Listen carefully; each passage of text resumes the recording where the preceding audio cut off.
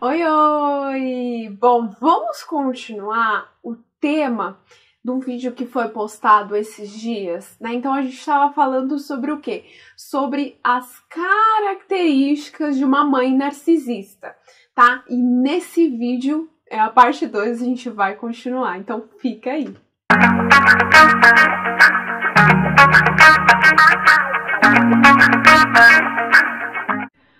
Bom, gente, a gente vai continuar falando aí sobre algumas das características da mãe narcisista, tá? Mas antes, gente, curte esse vídeo, não esquece, porque existem aí muitas filhas que não compreendem, né, o relacionamento que tem com a mãe. Então, se esse vídeo alcançar mais pessoas, né, elas vão poder também ter acesso a esse conhecimento e às vezes entender porque que o relacionamento é tão difícil, né?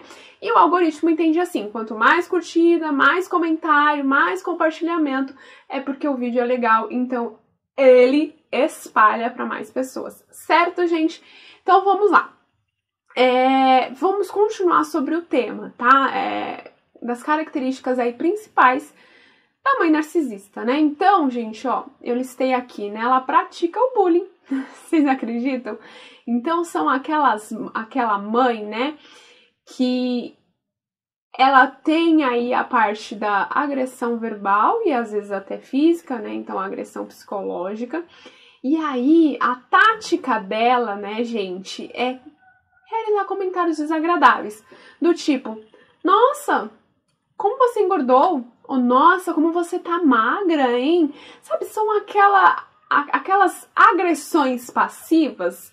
Ela não chega diretamente, nossa, você engordou. Não, ela vira, nossa, como seu cabelo tá hoje, né? Todo assim, pra cima, enfim. Ela dá as curvas, né?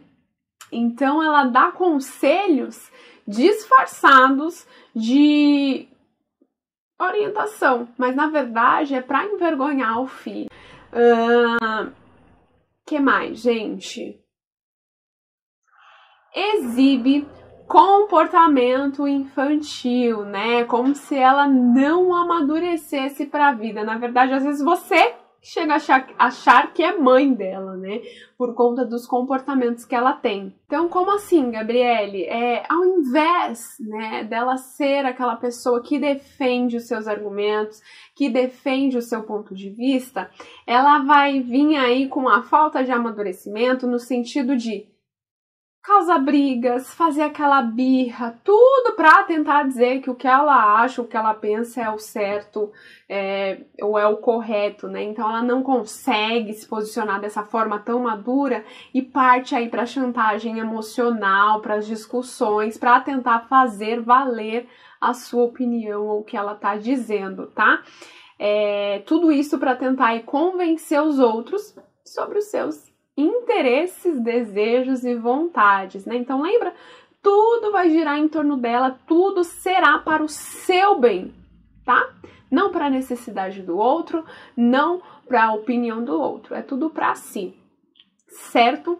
Terceiro, opa, subi demais aqui, pera aí, tem um senso de direito dilatado. Como assim? Ela sente ou ela acredita na fantasia que ela cria aí, que ela tem completo poder sobre a filha, sobre o filho, né? Então, ela é dona da aparência da filha, do comportamento, das atitudes, das escolhas pessoais, né? Então, ela tem o hábito de rejeitar a sua própria identidade, porque ela quer que você seja o que ela criou aqui na mente dela. Então, na mente dela, ela criou uma fantasia sobre você, né? E ela te considera como uma extensão dela. Então, ela quer a todo custo que você se encaixe nesse perfil que ela criou. Então, ela vai rejeitar aí qualquer tipo de direito seu ou de reconhecimento de quem você é, né? Ela quer que você seja o que ela criou para você ser. Tá? Então ela não vai respeitar, ó, sua identidade, individualidade, autonomia, né? Isso tudo é descartável para ela, não interessa, né? É como se não tivesse valor algum.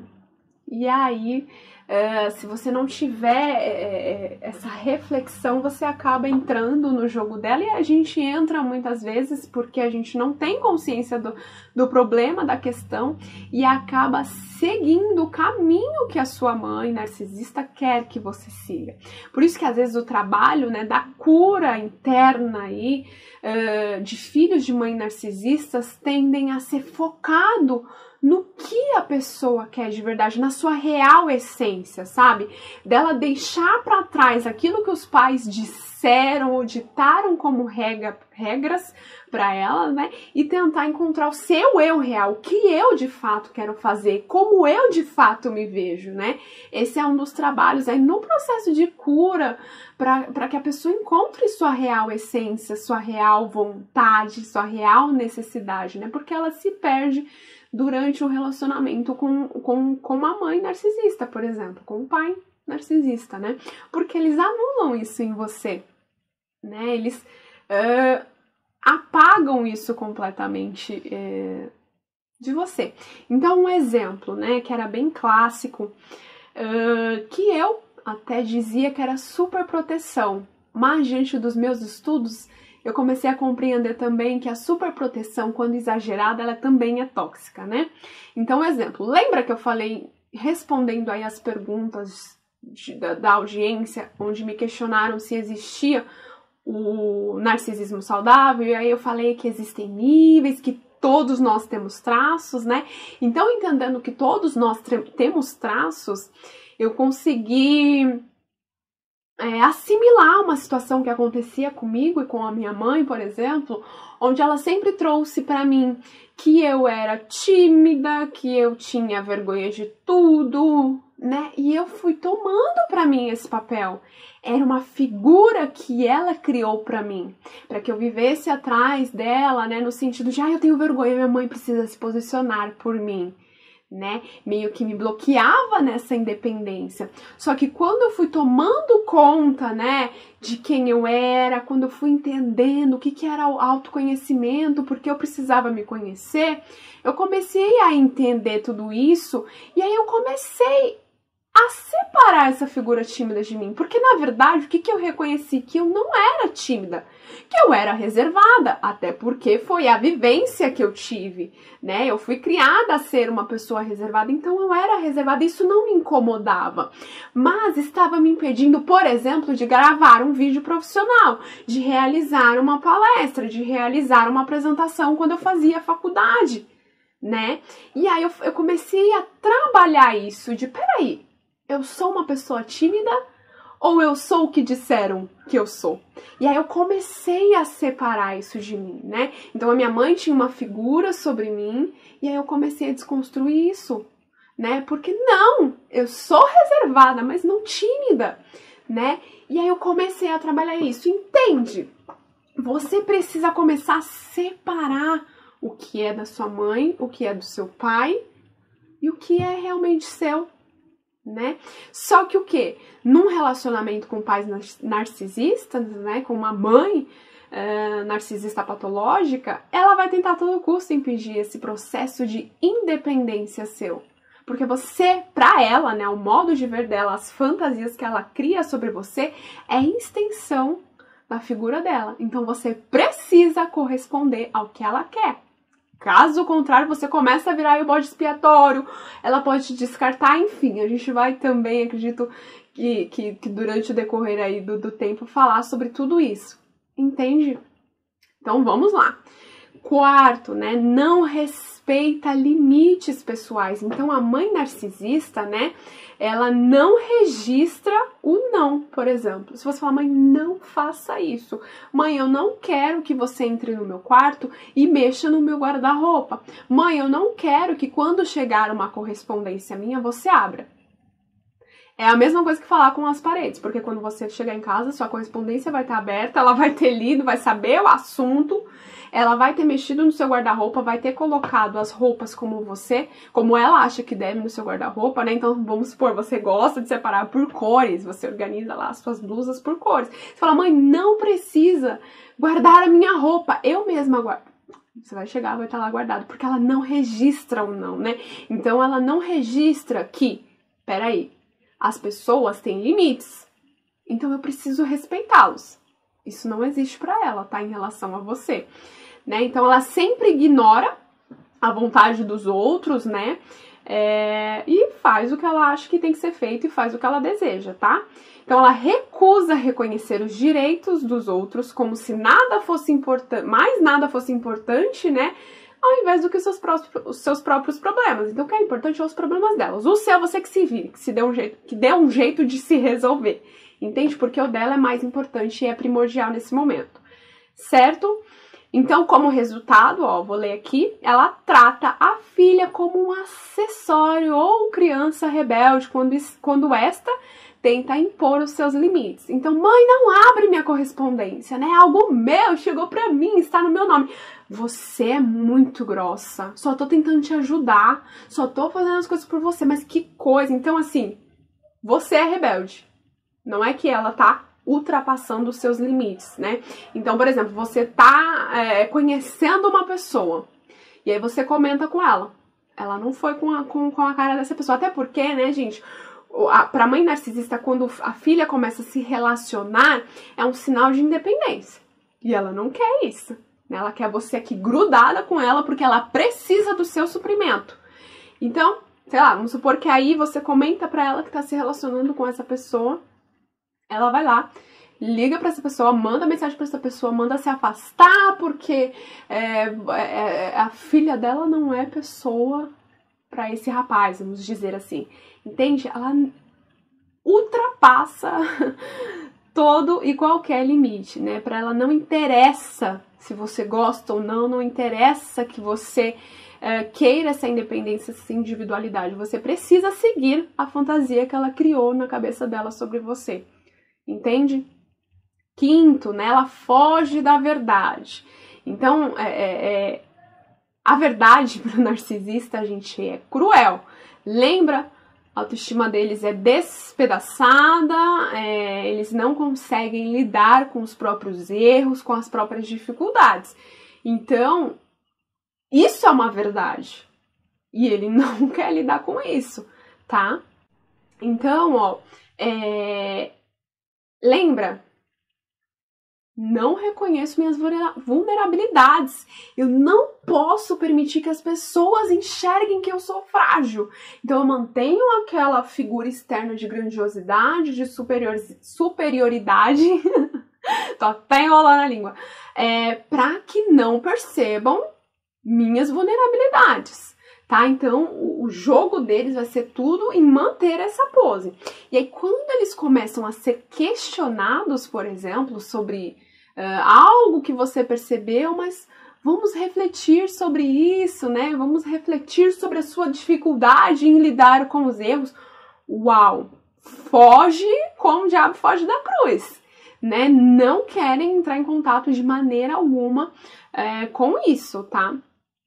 Então, eles vão fazer de tudo para não terem essa conversa com você ou com qualquer outra pessoa. Eles se isentam de qualquer responsabilidade, enfim, tá?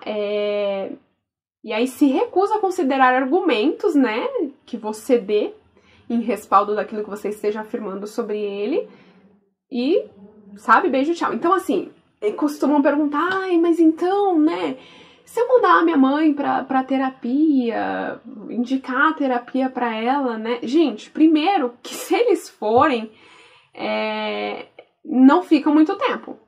Porque quando começar a ser questionado, a ser apontado, né, sobre alguma de seus comportamentos, eles não querem lidar com isso, lembra? Então eles vão fugir da terapia rapidinho.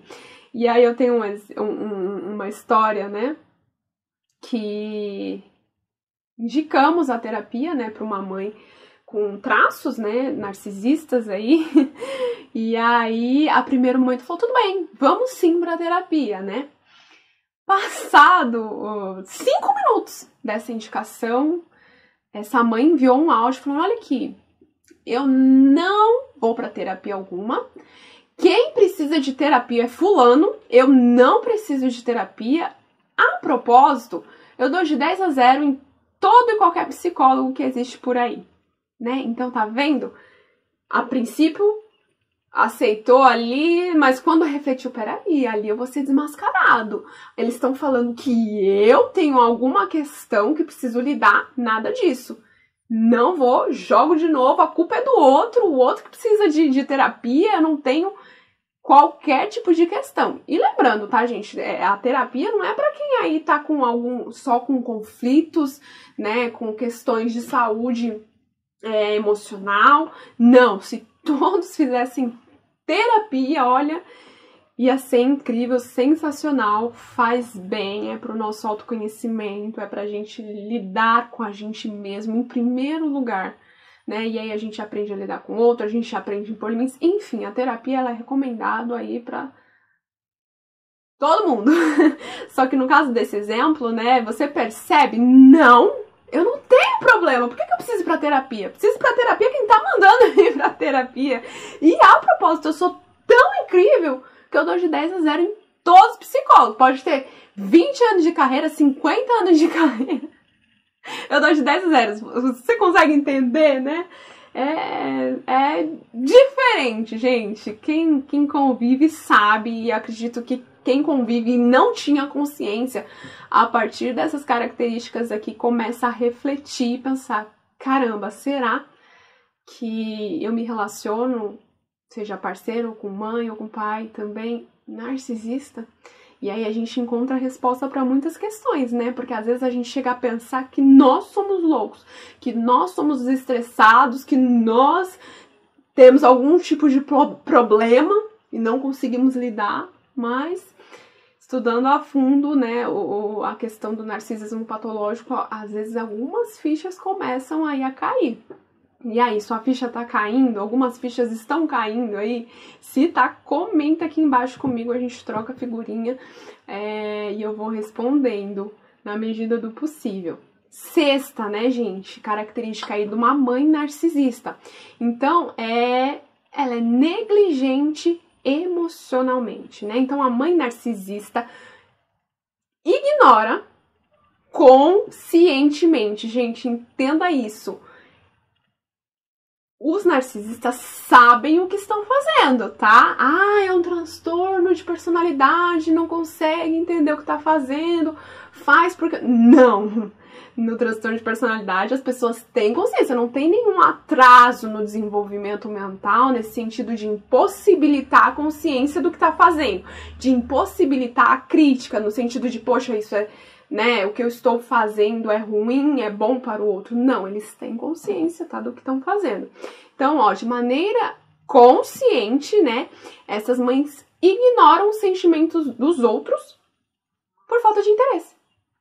Ela não está de maneira alguma interessada no que você sente.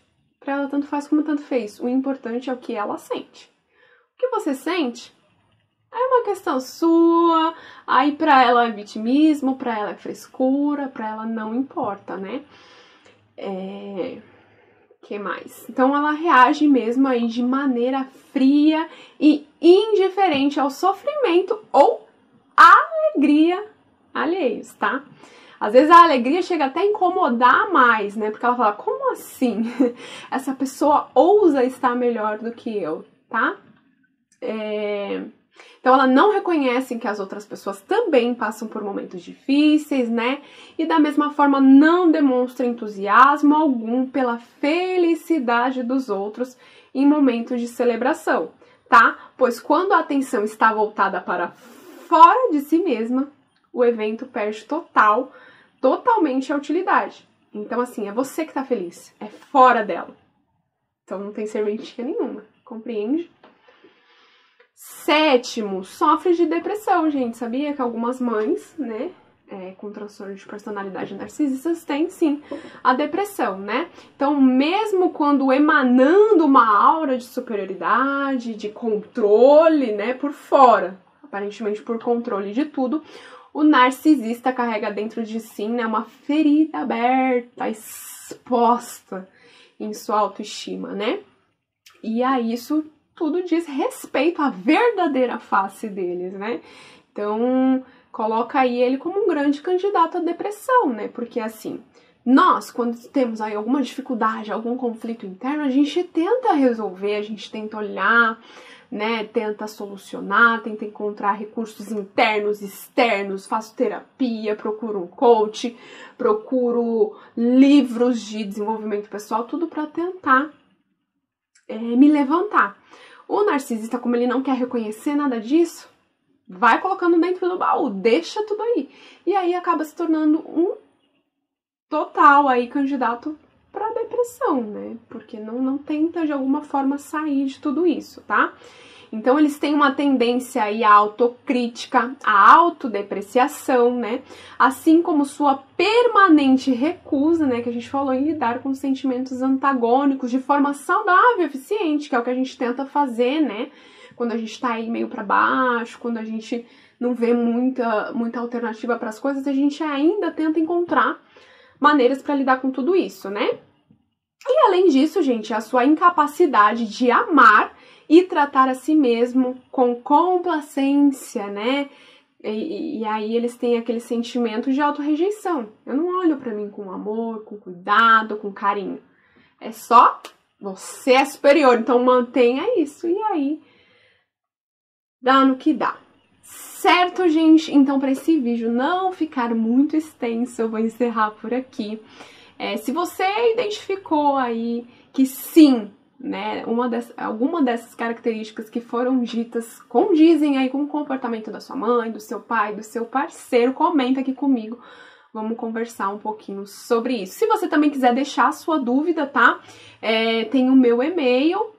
Normalmente as pessoas mandam as dúvidas por lá, e aí eu tento gravar a resposta em vídeo, né, porque a sua dúvida pode ser a dúvida de outra pessoa, então já faço um geralzão. Então se você tem dúvida, o e-mail tá aqui na descrição, deixa sua dúvida que aí eu respondo, ok, gente? Então até mais, tchau, tchau!